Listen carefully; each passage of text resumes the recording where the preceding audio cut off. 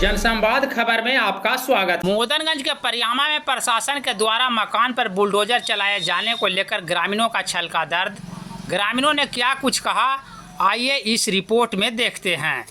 मामला यहाँ जो है एक विनोद शर्मा है, वो एक एप्लीकेशन दिए थे सीओ के पास कि यहाँ जो है हमको रास्ता नहीं मिल रहा, और उसके बाद जब उनका रास्ता उधर क्लियर नहीं हुआ तो ये पूरे 485 नंबर प्लॉट को वो जो है दे दिया नापी के लिए, और अपने बेटे को दोनों मिल करके रास्ता पकड़े आए। यही अमीन साहब जो हैं नाप करके जो है पूरी दोपहरिया में पूरे को निकाल दिया 485 प्लॉट केवल रास्ते के लिए, जबकि रास्ता पूरा है। रास्ता आने जाने के लिए गांव का जो गली है नापी गलत है, वो और नापी गलत है जो नापी में उन्होंने दिया है। अच्छा ये बताइए, आपका जो मकान बना हुआ है वो रास्ता के जमीन में है या नहीं है? रास्ता कुछ तो जरूर होगा सर, कुछ जरूर होगा, लेकिन रास्ता उस जगह 12 फीट 15 फीट 16 फीट 18 फीट तक है।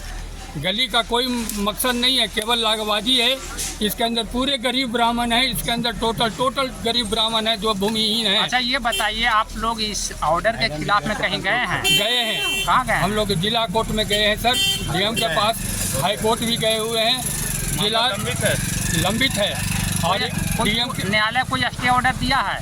अभी 5 तारीख का डेट है श्रीमान। जिलाधिकारी क्या 5 तारीख का डेट है कि 5 तारीख का जो होगा, हम लोग भी कह रहे हैं कि जो डीएम साहब कहेंगे हम लोग मान लेंगे, लेकिन अब उसके बाद अचानक आकर के प्रशासन के द्वारा बाजबरन। आपको क्या आरोप है, प्रशासन आपको जबरदस्ती मकान? हाँ जबरदस्ती, तो अब हम लोग उसके नीचे कैसे मरते हैं सर? जब हम लोग हाईकोर्ट भी किए हुए हैं, हमारे पास सबूत है, के पास भी है। क्या नाम हुआ आपका? हमारा नाम राम प्रवेश उपाध्याय हुआ। कहाँ घर है? परियामा घर है। ठीक है।